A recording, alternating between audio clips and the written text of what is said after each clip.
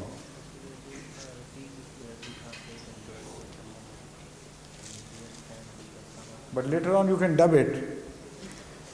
You can dub this video recording with German. While on the screen I may be shown as speaking, but after one or two sentences somebody can dub it, and it will make the impression as if I am addressing in German. But people will know, of course, that it is just a dubbing. Huh? Please. Assalamu alaikum. That will also save time, Simultaneously, this translation will be made and dubbed onto it, and a German version can be prepared. Similarly, you can do with Arabic.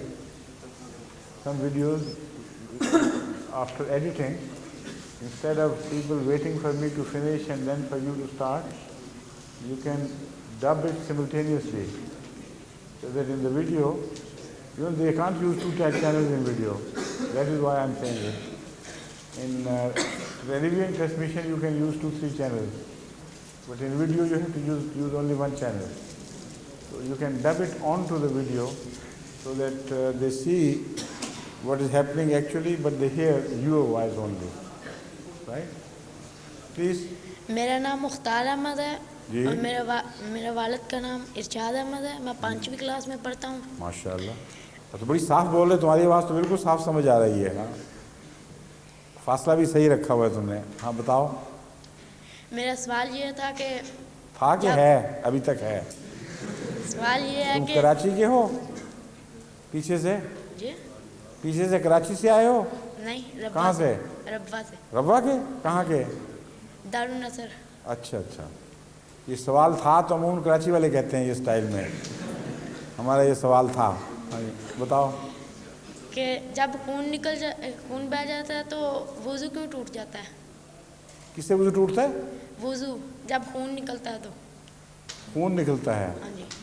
خون نکلنے کی جو یہ معین نہیں ہے کہ کتنا خون نکلے تو وضو ٹوٹتا ہے. خون ایک قطرہ 2 قطرے خون نکل جائے، کوئی سوئی چبھ جائے، کوئی وضو نہیں ٹوٹتا اس سے. خون نکلنے کا مطلب ہے چوٹ لگتی ہے، زخم ہوتا ہے تو اس سے گند پھیلتا ہے نا جسم پر، اور بعض دفعہ کمزوری بھی پیدا ہوتی ہے، ریفریش ہونا چاہتا ہے انسان، دھوتا ہے اپنے آپ کو. تو یہی قدرتی طبی رد عمل جو ہے یہ تقاضا کرتا ہے کہ نماز سے پہلے اپنے آپ کو ذرا ٹھیک ٹھاک کر لو، فریش کر لو. اسی گندی حالت میں نماز پڑھنے سے توجہ ٹھیک قائم نہیں ہو سکتی. سمجھے ہو؟ شکریہ.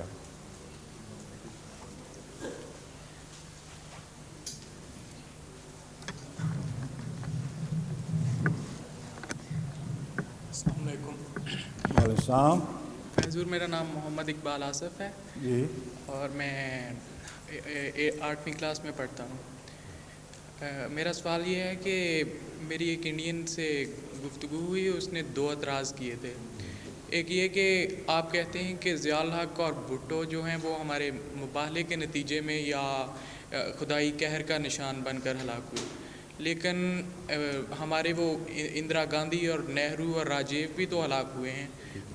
ان کا تو آپ کی جماعت سے کوئی تعلق نہیں. سیاستدانوں کی موت تو ایسے ہی ہوتی ہے. اندرا گاندھی, راجیو اور نہرو. ٹھیک ہے. وہ کن کے ہاتھوں ہلاک ہوئے ہیں؟ سکھوں کے. سکھوں کے ذریعے ہلاک ہوئے جو ان کے دشمن تھے. جی. ضیاء احمدیوں کے ہاتھوں ہلاک ہوئے. وہ سعودی عرب کے فیصل ہمارے ہاتھوں ہلاک ہوئے ہیں. بھٹو صاحب ہمارے ہاتھوں ہلاک ہوئے نہیں, لیکن وہ سن لیجیے نا. جی. اول یہ کہ ان کی ہلاکت جو تھی وہ غیر طبعی تھی اور ہمارے ساتھ اس کا کوئی تعلق نہیں تھا. دوسرے انیکسپلیکیبل ہے. وہ جو جس قسم کا پولیٹیکل مرڈر وہ ہوا ہے انڈیا میں, سعودی عرب کا ویسا نہیں ہے. It's surprising for everybody, unnatural, unexpected. King Faisal کا اپنے بھتیجے کے ہاتھوں مارا جانا کوئی ایسا فعل نہیں ہے جس کے لیے بڑی دیر سے کوئی کھچڑی پک رہی تھی اور تیاری ہو رہی تھی. دوسرے یہ کہ مرڈر تو ہر جگہ ہوتے رہتے ہیں, مگر ایک مذہبی جماعت کی مخالفت کرنے والا جو اس کو دبا رہا ہو اور یہ ادعا کرے کہ میں خدا کا پسندیدہ ہو گیا ہوں, خدا کی نظر میں مقبول ہو گیا ہوں, اس کی مثال عام سیاسی لیڈر سے نہیں ہو سکتی. اس نے تو یہ دعویٰ ہی نہیں کیا کہ میرا یہ فعل جو ہے مجھے خدا کی نظر میں پیارا بنا رہا ہے. اس لیے اس کا انجام تو عام حالات کا انجام ہے. لیکن جو یہ دعویٰ کرے کہ میرا فعل مجھے خدا کا پیارا بنا رہا ہے اور اس سے سلوک وہ ہو جو خدا کے دشمنوں کے ساتھ ہونا چاہیے, یہ نشان بنتا ہے. گاندھی نے کب دعویٰ کیا تھا, یا اندرا گاندھی نے کب کیا تھا, یا پنڈت نہرو نے کب کیا تھا کہ ہم خدا کے پیارے ہیں اور ہم نے جو کام کیے ہیں خدا کی خاطر کیے ہیں, اس لیے اللہ کا رحم ہم پر نازل ہوگا, ہم رہتی دنیا تک ہمیشہ زندہ رہیں گے. یہ اگر دعویٰ کیا ہو اور پھر ان سے مخالف سلوک ہو تو پھر وہ نشان بن جائے گا. لیکن ان سب کے جو مثالیں آپ نے دی ہیں ان میں یہ بات ہے. اس سے زائد یہ کہ پیشگوئیوں میں ان کا ذکر ملتا ہے. اگر پیشگوئیوں میں ذکر ملتا ہو اور وہ صادق آتا ہو تو وہ کس طرح اتفاق ہو گیا؟ اندرا گاندھی کا کس پیشگوئی میں ذکر ملتا ہے؟ پنڈت گاندھی کا مارے جانے کا کس پیشگوئی میں ذکر ملتا ہے؟ جن کے لیڈر ہیں انہوں نے کبھی آج تک اشارتاً بھی یہ بات نہیں کی. اور بھٹو صاحب کے معاملے میں 52 کے عدد پر مارا گیا, جو پیشگوئی تھی حضرت مسیح علیہ السلام کی, وہ شہرت پا گئی اخباروں میں اور ساری قوم نے انگلیاں اٹھائیں. یہاں تک کہ جماعت اسلامی کے ایک اخبار نے گورنمنٹ کو ضیاء کی حکومت کو متوجہ کیا کہ دیکھو اس کی عمر 52 سال ہے, اور 52 سال کی عمر میں احمدی کہتے ہیں اور سارے دنیا میں مشہور کر دیا ہے کہ یہ شخص 52 سے آگے نہیں جائے گا, کیونکہ مسیح علیہ السلام کا الہام ہے کہ 52 کے عدد پر مارا جائے گا. اس لیے خدا کے لیے یا پہلے مارتے یا انتظار کر لو, 52 کی عمر پوری ہو جائے, گزر جائے, پھر مارنا. لیکن ضیاء کی احمدیت دشمنی اپنی جگہ, یہ خدا نے توفیق ہی نہیں دی اس کو, اور عین پیشگوئی کے مطابق اس عدد پہ مارا گیا ہے. تو یہ ہے نشان. خالی اکیلا مرنا تو کوئی نشان نہیں. یہ بات تو ٹھیک ہے ان کی, لیکن آپ نے بیان ٹھیک نہیں کیا. پھر ضیاء کی موت ہے, اس کے متعلق پہلے میں نے مباہلہ کیا, باقیوں کو تو مباہلے کا چیلنج نہیں تھا, میں اب مباہلے کی بات کر رہا ہوں. پھر بیچ میں درمیان میں خطبے میں بیان کیا کھل کر کہ ضیاء صاحب نے اس کا کوئی جواب نہیں دیا. لوگ سمجھ سکتے ہیں کہ انہوں نے مباہلہ قبول نہیں کیا, اور میں سمجھتا ہوں کہ ہو سکتا ہے یہ اپنے آپ کو اتنا بڑا سمجھتے ہوں کہ ایک میرے جیسے آدمی کو جواب دینا اپنی بےعزتی سمجھیں اور سمجھیں جماعت احمدیہ کی کیا حیثیت ہے، مجھے کوئی ضرورت نہیں ایسے لغو چیلنجز کو قبول کرنے کی یا اس کا انکار کرنے کی بھی، میں اس سے بلند ہوں۔ اس لیے میں ان کے سامنے ایک ایسا معاملہ رکھتا ہوں جس سے پھر وہ بچ نہیں سکیں گے، ان کو لازماً فیصلہ کرنا پڑے گا اور دکھانا پڑے گا۔ وہ طریق یہ ہے کہ اگر یہ میرے مباہلے سے خائف ہیں اور قبول نہیں کرنا چاہتے تو احمدیوں پر اپنے بقیہ دور میں ظلم بند کر دیں، ہدایت دے دیں کہ بس کرو کافی ہو گئی ہے۔ ہمیں نظر آ جائے گا کہ آپ نے چیلنج قبول نہیں کیا بلکہ توبہ شروع کر دی ہے۔ اگر آپ نے تبدیلی نہ کی بلکہ پہلے سے بڑھ گئے تو یہ نشان ہوگا کہ آپ نے تحقیر سے دیکھا ہے اس چیلنج کو، کوڑی کی بھی پرواہ نہیں کی، اور بڑی دلیری اور جرأت سے آپ اس کو رد کر رہے ہیں اور خدا کے عذاب کو گویا چیلنج کر رہے ہیں۔ اس کے بعد یہی ہوا، ضیاء پہلے سے کم ہونے کی بجائے اور زیادہ بڑھ گیا، اور زیادہ شدت سے احمدیوں پر مظالم شروع ہوئے، یہاں تک ابھی کہانی مکمل نہیں ہوئی۔ آخر ایک دن جمعرات اور جمعے کی درمیانی رات کو اللہ تعالیٰ نے مجھے واضح خبر دی کہ جو گزشتہ انبیاء کے مخالفین سے ہوتی چلی آئی ہے وہ چکی اس کو پیسنے والی ہے، اور اب کوئی اس کو بچا نہیں سکے گا۔ یہ تقدیر ہے جو ٹل نہیں سکتی، اس کے ساتھ وہ ہو جائے گا جو ہونے والا ہے۔ خطبے میں نے یہ اعلان کیا، خطبہ آپ سن لیں اور سنا دیں اپنے دوستوں کو، اور اگلے جمعے سے پہلے اس کا جہاز برباد ہو گیا۔ اب یہ انسان کے کام ہے، یہ ویسی مثال ہے جیسے اندرا گاندھی مارے گی، کوئی عقل تو کریں لوگ۔ اتنا کھلا چیلنج، ایک ایسا آدمی جس کا کوئی اختیار نہ ہو، جو اپنے ملک بھی واپس نہ جا سکتا ہو، وہ اتنا دلیری کے ساتھ جماعت کی عزت اور ساکھ اور سچائی کو داؤ پر لگا دے اور کہہ دے کہ خدا نے مجھے بتا دیا، اب کوئی اس کو ٹال نہیں سکتا، اور اگلا جمعہ نہ ابھی آئے تو وہ واقعہ ہو جائے۔ اب بتائیے اس میں کیا خدا کا ہاتھ دکھائی نہیں دیتا؟ یہ اس طرح سمجھائیں آپ ان کو۔ اور دوسرا یہ تھا کہ مرزا صاحب نے حضرت مسیح موعود علیہ السلام کے بارے میں کہ انہوں نے اپنی کتابوں میں سور اور کتے وغیرہ کے الفاظ استعمال کیے ہیں، اور گزشتہ انبیاء کی کسی حدیث وغیرہ میں ایسا نہیں ملتا ہے۔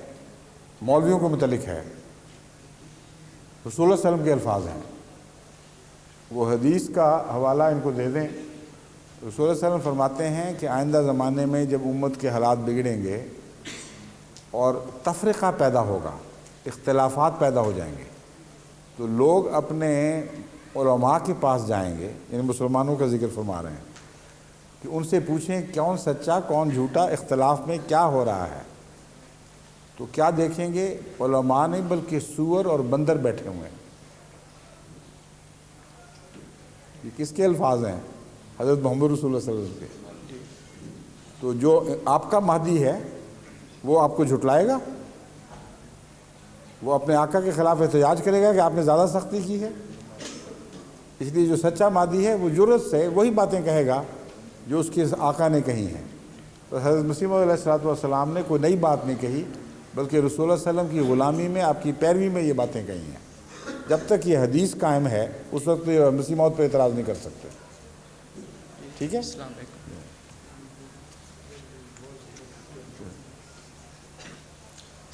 اذا ہم قردۃ و خنازیر، یہ خنازیر یہ الفاظ ہیں۔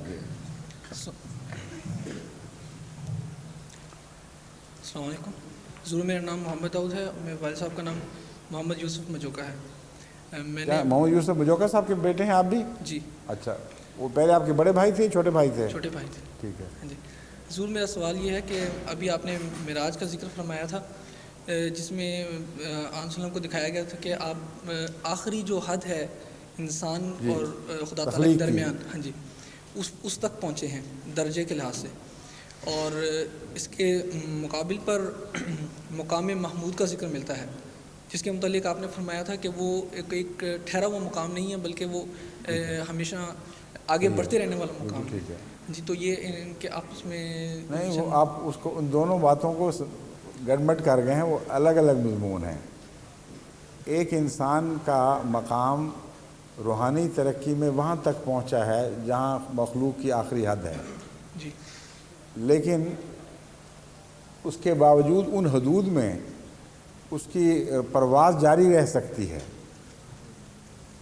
مثلا انسان ہے، انسان کی تخلیق میں جو اس کا ارتقاء مقدر تھا وہ اس تک پہنچ گیا نا، نئی مخلوق نہیں بنی، پھر وہ اپنے ارتقاء کی آخری حد تک، لیکن پروگرس جاری رہی، پروگرس لامتناہی ہے، کیونکہ پروگرس میں اس کی تخلیقی قدروں میں تبدیلی پیدا نہیں ہوتی بلکہ قرب الہی کی علامت ہے۔ اس لیے ظاہری طور پر مکینیکلی اس بات کو نہ لیں کہ ایک حد تھی وہاں خدا شروع ہو گیا، رسول اللہ صلی اللہ علیہ وسلم کھڑے ہو گئے، حالانکہ خدا تعالیٰ کی ذات میں جو سفر ہے وہ نہ ختم ہونے والا ہے۔ یہ دوسری مثال ہے ایک، یہ دو الگ الگ چیزیں ہیں جو بیان ہو رہی ہیں، سمجھ گئے؟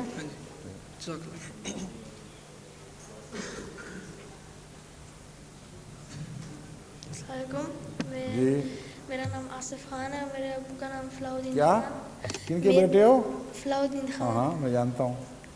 اور میں چھٹی کلاس میں پڑھتا ہوں۔ میرا سوال ہے کہ بھول گئے جی ہیں؟ صبر لے کرو، بیٹھو تھوڑی دیر، یاد آ جائے گا تو دوبارہ آ جانا، آپ آ جائیں اب تک، گھبراؤ نہیں، آرام سے بیٹھے رہو، آ جائے گا سوال۔ میرا نام عبدالجلیل ہے اور میرے ابو جان کا نام قمر احمد ہے۔ کیا ہے؟ قمر احمد۔ میں جانتا ہوں۔ ہاں جی، اگر آپ مجھے اجازت ہے، میرے 3 سوال ہیں۔ 3 سوال؟ ماشاء اللہ۔ تو یہاں کیا ہوا، چوٹ کب لگی تھی یہاں؟ بچپن کی ہے۔ بچپن سے؟ جی۔ شرارتیں کر رہے تھے؟ پتہ نہیں، یاد نہیں۔ وہ حضور، پہلا میرا یہ سوال ہے کہ اسلام میں فہوٹوں کی اجازت ہے یا نہیں؟ کس کی؟ Wie heißt es Verhütung? Verhütung beim Geschlechtsverkehr, bei Mann und Frau. Condoms استعمال کرنے کی؟ جی۔ یہ آپ کو کیا سوجی ہے؟ نہیں، وہ یہ کیونکہ یہاں اسکول میں ہمیں یہی کہا جاتا ہے کہ تیسری دنیا کی یہ پرابلم ہے کہ ادھر آبادی بہت جلدی بڑھ رہی ہے۔ بات یہ ہے کہ میں اس مسئلے پہ پہلے کئی دفعہ روشنی ڈال چکا ہوں۔ قرآن کریم نے برتھ کنٹرول کو بحیثیت مجموعی منع نہیں فرمایا، جی، لیکن ایک وجہ سے منع فرمایا ہے واضح طور پر، اور وہ ہے رزق کی کمی کا خطرہ۔ لا تقتلوا اولادکم من خشیت املاق، املاق کے ڈر سے، یعنی فاقہ کشی یا رزق کی کمی کے خوف سے اپنی اولاد کو قتل نہ کرو۔ اب قتل اس طرح تو ہم نے کبھی نہیں کسی کو دیکھا کہ روٹی کم ہو گئی ہے 2-4 بچے ذبح کر دیے۔ یہاں مراد یہی ہے کہ اپنی اولاد کی پیدائش کو پریونٹ نہ کرو، کیونکہ اس کا نام بھی قتل اولاد ہی ہے۔ اس لحاظ سے اور بھی معنی ہوں گے لیکن ہیں موجود، لیکن ایک یہ معنی بھی ہے، اس لیے اس غرض سے اجازت ہے۔ اس طرح سے اجازت نہیں ہے اگر رزق کی کمی یا فاقہ کشی کے خوف سے کوئی شخص برتھ کنٹرول کرے تو اس کی اجازت نہیں ہے۔ اور وجوہات ہیں، بیوی کی صحت کا تقاضا ہے یا اور ویلڈ وجوہات ہیں، ڈاکٹر مشورہ دیتا ہے، تو اس صورت میں برتھ کنٹرول کرنا منع نہیں۔ پھر تربیتی مسائل ہیں، مثلا قرآن کریم نے جو عمر بیان فرمائی ہے ایک بچے کا حق ماں پر، وہ تقریباً 30 مہینے بنتا ہے، 2.5 سال۔ اس کا مطلب ہے کہ بچے آپس میں کم سے کم 2-2.5 سال کا فاصلہ ہو تو یہ مناسب ہے، کم فاصلے ہوں تو یہ بھی قتل اولاد بن جاتا ہے، کیونکہ ان کی تربیت میں کمزوریاں پیدا ہو جاتی ہیں، ان کے حقوق ادا نہیں ہو سکتے۔ تو بعض معقول وجوہات کی بنا پر جن کا شرعی جواز ہو، برتھ کنٹرول منع نہیں ہے۔ لیکن یہ جو آج کل کہتے ہیں نا کہ روٹی کم ہو جائے گی، یہ اس کو خدا تعالیٰ رد کرتا ہے، کیونکہ یہ خدا تعالیٰ کی تخلیقی پلان، اس کے نظام تخلیق پر حملہ ہے، سمجھے؟ اور دوسرا میرا یہی تھا اسی طرح کہ وہ ابارشن کس حالت میں اجازت ہے؟ آپ کے سارے سوال شادی شدہ ہیں، کوئی ہمارا سوال بھی کریں. ہاں چلو کیا ٹھیک. وہ کیا ہے وہ بتا دیں. وہ پھر تیسرا سوال یہ تھا کہ جین ٹیکنالوجی میں انسان کو کتنی اجازت ہے کہاں تک جانے کی؟ کس کی؟ سائنس میں جو بایولوجی میں ایسے وہ ریسسٹینس فیکٹر وغیرہ ان genetical the gains and human genes میں کیا آپ کیا کہتے ہیں بتائیے. جینیٹیکل انجینئرنگ کے بارے میں ہاں ہاں کیا سوال ہے؟ کہ انسان کو کس حد تک اجازت ہے انسانی جینز کے بارے میں. اس کے متعلق بھی میں پہلے تفصیل سے روشنی ڈال چکا ہوں اس مضمون پہ. قرآن کریم نے کسی سائنس کو کنڈیم نہیں کیا سوائے جینیٹک انجینئرنگ کی اس شاخ کو کہ خدا کی مخلوق بدل دے. جہاں بھی تخلیق میں دخل اندازی ہوگی اور مخلوق بدل کر نئی مخلوق پیدا کرنے کی اٹیمپٹ ہوگی اس کو اللہ تعالیٰ نے واضح طور پر قرآن کریم میں کنڈیم فرمایا ہے, اس کو رد کیا ہے اور فرمایا ہے یہ شیطانی وسوسوں کے نتیجے میں ایسا ہوگا. شیطان حکم دے گا تو ایسا کریں گے. چنانچہ قرآن کریم میں جہاں یہ فرمایا ہے کہ وہ نئی قسم کی چیزیں ایجاد ہوں گی, وہاں ذکر میں فرماتا ہے کہ وہ کان کتریں گے جانوروں کے اور شیطان کی ایما پر اللہ کی خلق کو تبدیل کریں گے. تنبیہ اس سے بڑی اور کیا ہو سکتی ہے؟ جس کام کو شیطانی کام کہہ دیا جائے اس کا مطلب ہے اللہ تعالیٰ کی بلیسنگ اس کو نہیں ہوگی. اور خطوات الشیطان کے متعلق اللہ تعالیٰ بیان فرماتا ہے کہ وہ تمہارا دشمن ہے, اس لیے تم اگر اس کی پیروی کرو گے تو تم اپنا نقصان اٹھاؤ گے. اسی وجہ سے میں احمدی جینیٹک انجینئرس کو مشورہ دیتا ہوں ہمیشہ, جو یہ تعلیم حاصل کر رہے ہیں, یہ بننے والے ہوں یا بن چکے ہوں, کہ تم تخلیق میں تبدیلی کا بالکل کوئی کام نہ کرنا, ریسرچ ہی نہ اس پر کرو. ایسے کام کیے جا سکتے ہیں جہاں خدا کی مخلوق کی حفاظت کے لیے جینیٹک انجینئر کو خدمت پر لگا دیا جائے. مثلا کینسر ریسرچ ہے, اس میں بعض جینز کی خرابیوں کے نتیجے میں کینسر پیدا ہو جاتا ہے. ان جین کو تبدیل کر دیا جائے ہیلتھی جین سے اور اس کے نتیجے میں اس بیماری سے نجات مل جائے, تو اللہ کی تخلیق میں تبدیلی نہیں ہے بلکہ اللہ کی تخلیق کی حفاظت ہے. اس لیے ہر علم اور ہر سائنس کو فائدے میں بھی استعمال کیا جا سکتا ہے اور نقصان میں بھی استعمال کیا جا سکتا ہے. تو جینیٹک انجینئرنگ کے ماہرین کے لیے خصوصیت سے قرآن میں تنبیہ ہے کہ تخلیق سے نہ کھیلنا. اگر تخلیقی تبدیلیاں پیدا کر کے نئی مخلوق بنانے لگو گے تو تم مارے جاؤ گے, اور اس کے آثار ابھی سے ظاہر ہو رہے ہیں. کیونکہ جینیٹک انجینئرنگ جن مفروضوں پر مبنی ہے, اب تک کے تجربے بتاتے ہیں کہ وہ مفروضے قابل اعتماد نہیں رہے. مثلا ایک بیکٹیریا سے ایک جین لی جس کے متعلق معین پتہ ہے, یا ایک انسیکٹ سے ایک جین لی جس کے متعلق معین پتہ ہے کہ یہ کردار ہے, یہ کردار رکھتی ہے, اس کو ایک اور انسیکٹ میں انہوں نے پلانٹ کیا اور میتھمیٹیکلی وہ کردار ایڈ آن ہو جانا چاہیے, لیکن اس کی بجائے ایک نیا کریکٹر پیدا ہو گیا, جس کا مطلب ہے انٹر پلے کے نتیجے میں بین ہی وہی چیز ریپیٹ نہیں ہوئی بلکہ ایک اور ہو گیا. اور اس کی وجہ سے یہ خطرہ پیدا ہوا کہ یہ جینیٹک انجینئر کہیں بعض ایسی چیزیں نہ پیدا کر دے جو ہاتھ ہی سے نکل جائیں. اس لیے امریکہ میں اس کے خلاف ایک بڑی زبردست موومنٹ چل پڑی ہے, اور خود سائنٹسٹ جو اس بات کے ماہر ہیں وہ دو گروہوں میں بٹ گئے ہیں. بعض سائنٹسٹ بڑے نالجبل, باہر والوں کی بات نہیں کر رہا, صاحب علم لوگ وہ بڑے سخت احتجاج کر رہے ہیں. وہ کہہ رہے ہیں کہ ہو سکتا ہے انسانیت کو مٹانے میں خود انسان ایک کردار ادا کرے, اور جینیٹک انجینئرنگ کے ذریعے ایسے جانور, ایسے بیکٹیریا, ایسی مخلوق پیدا کر دے جس پر قابو کرنا پانا انسان کے بس میں نہ رہے. تو یہ وہ ایک شاخ ہے جس کے ایک استعمال کو, سب کو نہیں, قرآن کریم نے واضح طور پر رد فرمایا ہے. ٹھیک ہے, شکریہ. اور جی ہو آ گیا یاد؟ جی کیا تھا؟ میں سنا ہے کہ جہاں جینماز بچھا ہوتا ہے ادھر مسجد ایک ہوتی ہے. تھوڑی آواز نہیں, سامنے آؤ اس کے مائکرو فون کے. جہاں جینماز ایک ہوتا ہے ادھر مسجد ہوتی ہے. جہاں جانماز ہوتا ہے وہاں مسجد ہوتی ہے. اچھا کیا مطلب, میں سمجھا نہیں. مسجد جانماز مسجد ہوتی ہے. نہیں, جو میں کسی خالی کمرے میں آؤں تو صرف ادھر جینماز ہے, پھر وہ مسجد ہوتی ہے.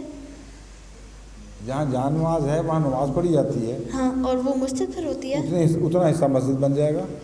جی وہ پورٹیبل مسجد ہے. سارے کمرے کو تو نہیں مسجد بناتی نا. جانماز پورٹیبل مسجد ہے, اٹھایا پیک کیا جہاں رکھ دی وہیں پھر مسجد بن گئی. ہیں مستقل مسجد نہیں بنا دیتی اس جگہ کو جہاں جانماز رکھی جائے. سمجھ گئے ہو؟ جہاں رکھو گے وہ جانماز خود مسجد کا حصہ بن جاتی ہے. وہاں سے مسجد اٹھائی کسی اور جگہ لے گئے وہاں رکھ دی. ٹھیک ہے.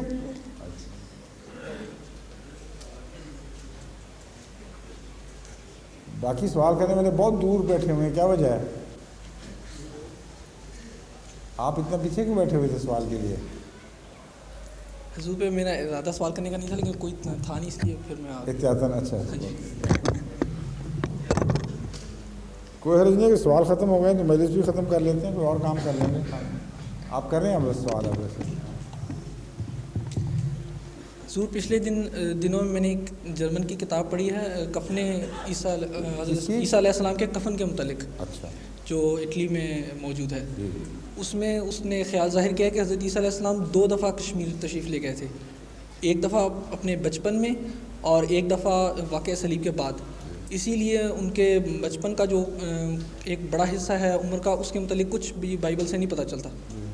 تو کیا ہماری یا جماعت احمدیہ کے دیکھیں واقعہ صلیب کے بعد ان کا جانا تو قطعی طور پر ثابت ہے.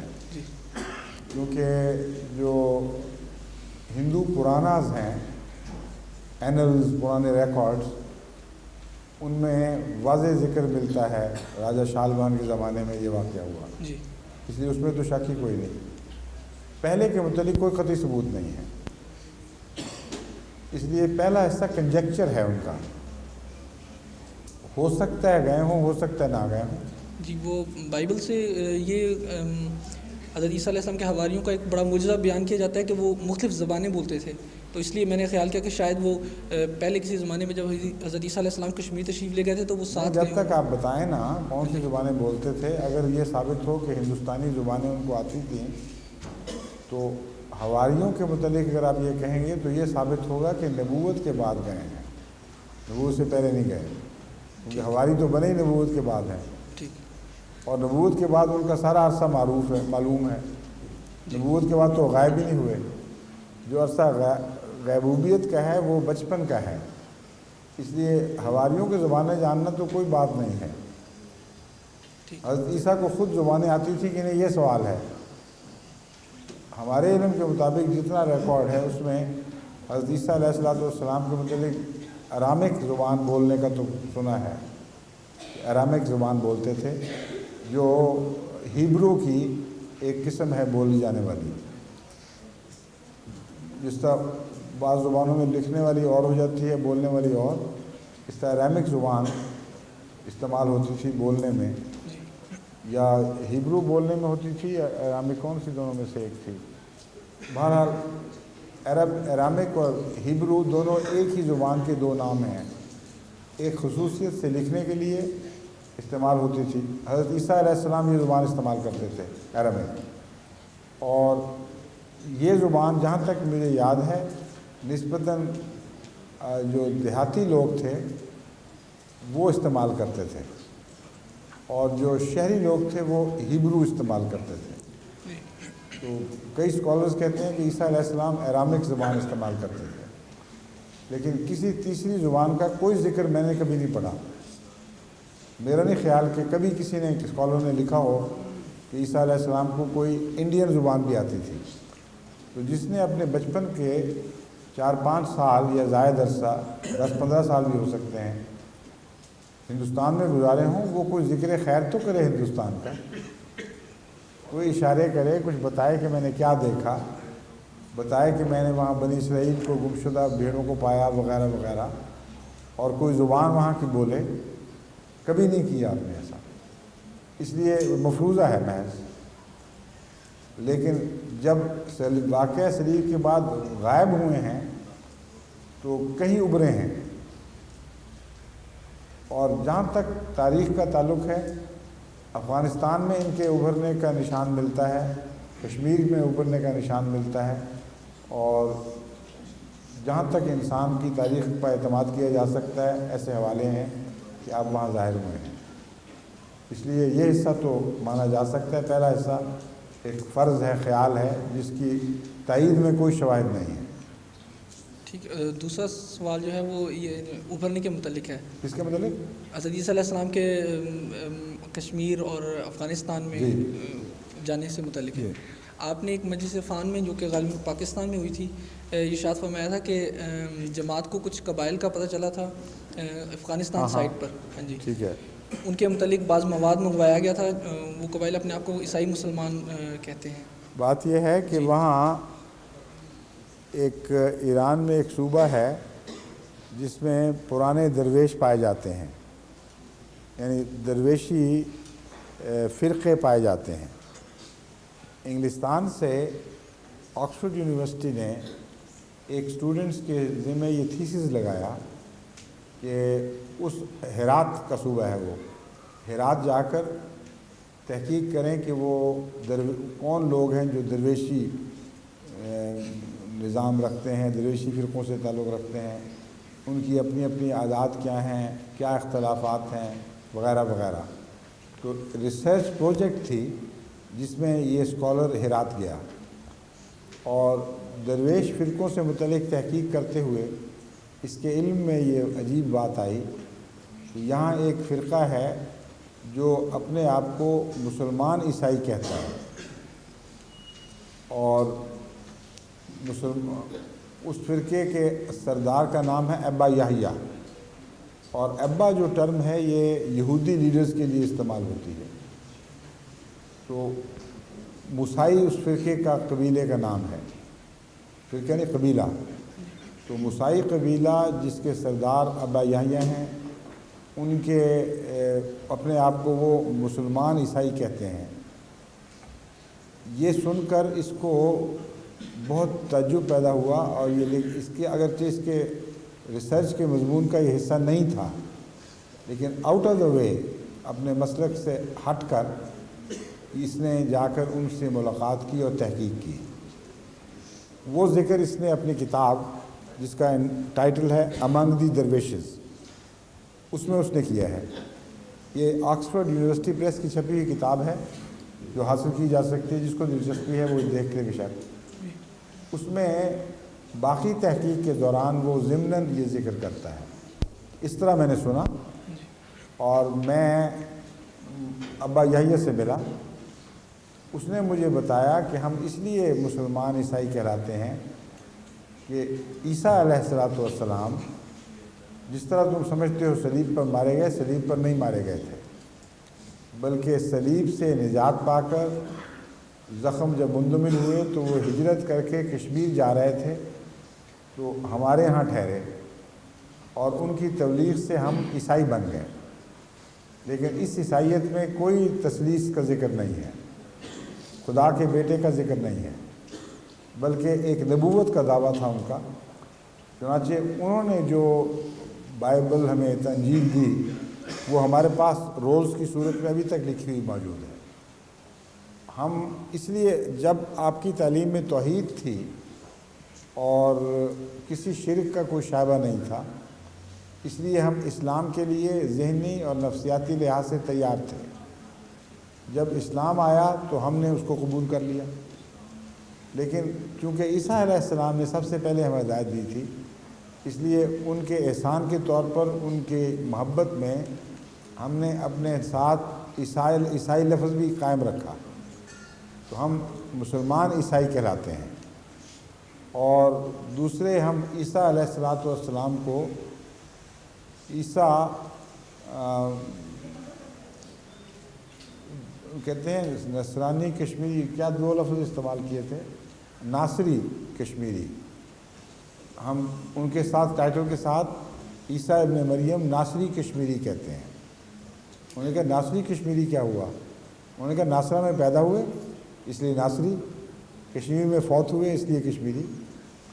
اور پھر انہوں نے یہ بھی بتایا کہ جب کشمیر گئے تھے تو ہمیں تبلیغ سے عیسائی بنانے کے بعد ہماری تربیت کے لیے دوبارہ بھی ہمارے پاس آئے ہیں، اور وہ بہت سفر کیا کرتے تھے۔ تو یہ واقعہ اس اسکالر نے، اس انگریز اسکالر نے اپنی کتاب امنگ درویشی میں محفوظ کیا ہے۔ جب حضرت خلیفۃ المسیح ثالث علیہ الرحمت کو اس واقعہ کا پتہ چلا تو آپ نے خواہش کا اظہار کیا کہ کوئی ریسرچ کی جائے کہ وہاں وہ قبیلہ کون سا ہے، وہ اس کے پاس جو اسکرول محفوظ ہیں اس کی کوئی فوٹوز وغیرہ اتواری جائیں، کوئی نقل حاصل کرنے کی کوشش کی جائے۔ تو یہ تحقیق ایک ایسے دوست کے سپرد کی جو عراق میں رہتے تھے اور جن کا وہاں افغانستان سے تعلق تھا۔ وہ جب اپنی تحقیق کر کے واپس آئے ہیں تو اس وقت حضرت خلیفۃ المسیح ثالث کی وفات ہو چکی تھی۔ انہوں نے مجھے جو رپورٹ سرسری دی تھی وہ صرف اتنی تھی کہ میں ملا ہوں، وہ موجود ہے، اور مگر مجھے اس کی کاپی نہیں مل سکی۔ غالباً انہوں نے کچھ روپے کا بھی ذکر کیا تھا کہ اتنے لاکھ دیا جائے تو وہ نقل دے دیں گے۔ اس کے بعد یہ جنگ شروع ہو گئی اور حالات بگڑ گئے، اس لیے ہم اس تحقیق کو آگے نہیں بڑھا سکے۔ پھر میں نے ایران کی جماعت کے سپرد ایک دو دفعہ کیا کہ وہ وہاں سے ہرات جا سکتے ہیں آسانی سے، وہ فالو اپ کریں اور دیکھیں، لیکن کسی نے کوئی کام کیا نہیں۔ نوٹ کریں جی، اب امیر جو نئے ہیں وہ بڑے ذمہ دار ہیں ماشاءاللہ، ان کے سپرد کام کریں کہ وہ ہرات اپنی اسکالرز کی ٹیم بھجوائیں اور ساری تحقیق کر کے رپورٹ کریں کہ وہاں یہ فرقہ موجود ہے تو کہاں ہے اور کیا ہے۔ اصل اقتباس وہ پڑھ لیں امنگ درویشز سے، تو ان کی رہنمائی ہو جائے گی کہ کہاں جانا ہے، کس سے ملنا ہے۔ اور دوسرے ایک ریسرچ ٹیم ہماری یہاں لنڈن میں کام کر رہی ہے، پہلے کبھی خیال ہی نہیں آیا، وہ آتھر تو ینگ تھا، زندہ ہی ہوگا غالباً، تو وائی شوڈ وی کانٹیکٹ ہم۔ تو آکسفورڈ سے رابطہ کر کے یہ ٹیم، رفیق حیات صاحب کی ٹیم ہے جو بڑی ایکٹیو ہے ماشاءاللہ، ان کے سپرد کریں پروجیکٹ، وہ فوری طور پر اس سے رابطہ کر لیں گے اور پھر وہ بتا دے گا کہ کس طرح ملنا ہے، کس علاقے میں پایا جاتا ہے، اور ساری تفصیل ہمیں مل جائے گی۔ مزید اس کی کتاب کی تصدیق، اس کی تحریر کی تصدیق بھی ہو جائے گی، اس کی ریکارڈنگ بھی کر سکتے ہیں۔ تو یہ شعبہ ایسا ضروری ہے جس میں مزید تحقیق ہونی چاہیے۔ جزاک اللہ، آپ نے بہت اہم بات کی طرف توجہ دلائی ہے، شکریہ۔ السلام علیکم حضور۔ السلام علیکم ورحمۃ اللہ۔ حضور میرا نام بلال داؤد ہے اور میں داؤد احمد کالوں صاحب کا بیٹا ہوں۔ داؤد کالوں صاحب کے بیٹے ہیں؟ جی۔ آپ کو پولیو ہوا تھا بچپن میں؟ جی۔ اچھا، اور اب کیا حال ہے، کوئی فرق پڑا ہے کافی؟ جی بالکل۔ یہاں ڈاکٹروں نے کوئی علاج وغیرہ کیا آپ کا؟ جی، وہ کہتے تھے کہ جب 18 سال کا ہو جاؤں گا اور جب کیا کہتے ہیں، کوئی مزید امپرومنٹ ہوگی؟ آپریشن کیا جائے گا، بہرحال یہی آپریشن کا؟ جی، مگر وہ تو رسکی ہوگا۔ نہیں، وہ کہتے ہیں کیونکہ جب بالکل جب جتنا میں نے قد نکالنا ہے، جب قد نکالوں گا اس کے بعد آپریشن کریں گے تاکہ بار بار نہ کرنا پڑے، اس لیے۔ آپ ان کو سلفر اور رسٹاکس 200 میں بھی دلوانا شروع کر دیں۔ کہاں ہیں ہمارے آپ کے مقامی ہومیوپیتھ دوست، کہاں ہیں؟ آپ کر لیں، ٹھیک ہے۔ ان کو وہ رسٹاکس 200 سلفر 200 آلٹرنیٹلی دینا شروع کریں، جو پولیو کے بد اثرات میں کافی مفید ہے۔ اچھا، فرمائیے آپ۔ جی، اور میرا سوال یہ تھا کہ ایک جرمن نے سوال تھا کہ ہے؟ جی، سوال آپ کا ہے کہ تھا؟ ہے۔ اچھا، پھر بتائیے۔ ہاں، اور کہ یہ مطلب میرا سوال ہے کہ جرمن کا سوال تھا، سوال ہے تھا یہ، اور کہ کوئی بھی ایسا ثبوت بتائیں کہ جو ظاہر کرتا ہو کہ قرآن شریف جب سے بنا ہے اب تک اس میں کوئی فرق نہیں، اب کبھی کچھ نہیں بدلا، تبدیلی نہیں ہوئی؟ جی، تبدیلی نہیں۔ اس کا جو خود مغربی اسکالرز عیسائی محققین ہیں جیسے میور ہے، انہوں نے کھلا کھلا تسلیم کیا ہے کہ کوئی تحقیق اس بات کو ثابت نہیں کر سکی کہ قرآن کریم میں کوئی تبدیلی ہے. اس لیے سر ولیم میور نے لائف آف محمد کتاب لکھی ہے. وہ عیسائی تھا اس کا، اور جہاں اس کو داؤ لگا اس نے بڑا سخت حملہ بھی کیا ہے، لیکن اس معاملے میں وہ صاف کہتا ہے کہ ہر کوشش یہ ثابت کرنے میں کہ اس کتاب میں کوئی تبدیلی ہوئی ہے ناکام ثابت ہوئی ہے. اس لیے ہم پورے یقین کے ساتھ یہ کہہ سکتے ہیں کہ محمد نے جو قرآن دیا تھا، وہ اس خدا کو تو نہیں مانتا کہ خدا نے دیا تھا، یہ وہی قرآن ہے جو ہمارے ہاتھ میں ہے. تو یہ تو عیسائیوں نے خود ثابت کر دیا ہے. دوسرے انٹرنل ایویڈنس کوئی نہیں ہے تبدیلی کا. بائبل میں تو کنٹراڈکشنز ہیں بہت ساری اندرونی، قرآن کریم میں کوئی کنٹراڈکشن نہیں ہے. اگر تبدیلی ہو تو کنٹراڈکشنز پیدا ہو جاتی ہیں، اور انٹرنل ایویڈنس بھی ہے، ایکسٹرنل ایویڈنس بھی ہے. یہ منوان وہی کتاب ہے. ٹھیک ہے.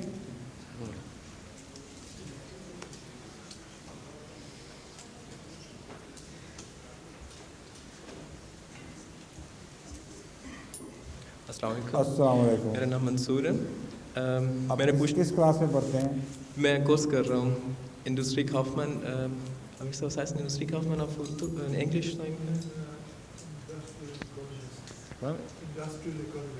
Right.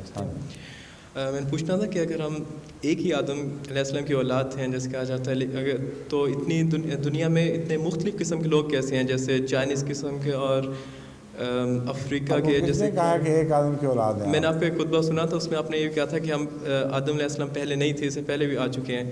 لیکن ایک آدم کی اولاد تو ہے ہی غلط بات. ایک آدم کی اولاد نہیں ہیں ہم.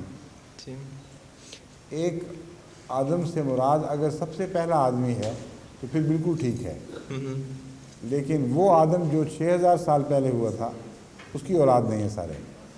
جی، لیکن اس کا یہ ایک آدم سے مراد ہے ریموٹ پاسٹ میں جب ہومو سیپینز پیدا ہوئے ہیں پہلی دفعہ، یعنی انسان کے آباء و اجداد پیدا ہوئے ہیں، تو جو بھی تخلیق پیدا ہوئی تھی اتنا لمبا عرصہ پہلے ہوئی تھی کہ عملاً بالکل ممکن ہے، قرین قیاس ہے کہ وہ نسل پھیلتے پھیلتے سب دنیا پہ پھیل گئی ہو، کیونکہ جو اسپیشیز ایک دفعہ وجود میں آتی ہے وہ پھیل جاتی ہے.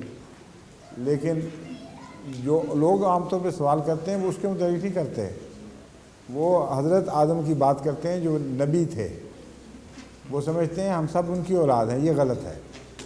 جی، میں نے آپ کا خطبہ سنا تھا، آپ نے بتایا تھا کہ اس میں کافی آئے تھے، لیکن اس کا یہ مطلب کہ پرانے آدم علیہ السلام ان میں سے بھی یہ دوسری نسلیں ہیں جو چائنیز قسم کے لوگ ہیں یا افریقہ میں سے جیسے ہیں کالے آدم جو بھی تھے ان کی نسل مختلف جگہوں سے مختلف قسم کے لوگوں سے ملی ہے، اور پھر بعض علاقوں میں جا کے جب سیٹل ہوئے تو ان کے کلائمیٹک ایفیکٹ اور مقامی اثرات سے ان کے اندر کچھ فیچرز میں تبدیلیاں پیدا ہوئی ہیں. وہ لوگ جو پاکستان میں کئی نسلوں سے نسبتاً کالے رنگ کے چلے آتے ہیں، جب وہ جرمنی میں یا امریکہ لنڈن میں آ کے انگلینڈ میں سیٹل ہو جاتے ہیں تو 15-20 سال کے اندر اندر ان کے رنگ بدلنے شروع ہو جاتے ہیں. کیونکہ ان کا یہ سمجھ میں آتی ہے کیونکہ وہ براؤن سے ٹھیک ہے، وہ اس لیے مقامی حالات کا بھی اثر پڑتا ہے. تو فیچرز کا تبدیل ہونا ایک معمولی بات ہے. ایک نسل میں ایک ہی ملک میں بیٹھے بیٹھے بچوں کی شکلیں بدل جاتی ہیں، اور بعض بچے اپنے بعض ماں کی شکل لے لیتے ہیں، بعض باپ کی لے لیتے ہیں، ان میں آگے پھر اسپیشلائزیشن ہونی شروع ہو جاتی ہے. یہ سب نیچرل پروسیسز ہیں، ان میں کوئی تعجب کی بات نہیں ہے. آخر میں میرے امتحان ہو رہے ہیں، آپ دعا کریں. میں نے ریٹن پچھلے ہفتے دیے تھے اور زبانی ہے، ایک 4 ہفتے کے بعد شاید میرا ٹرمین مجھے ان کی آواز گونج پیدا ہوتی ہے مجھے. کیا آپ کو سمجھ آ رہی ہے؟ نہیں آئی.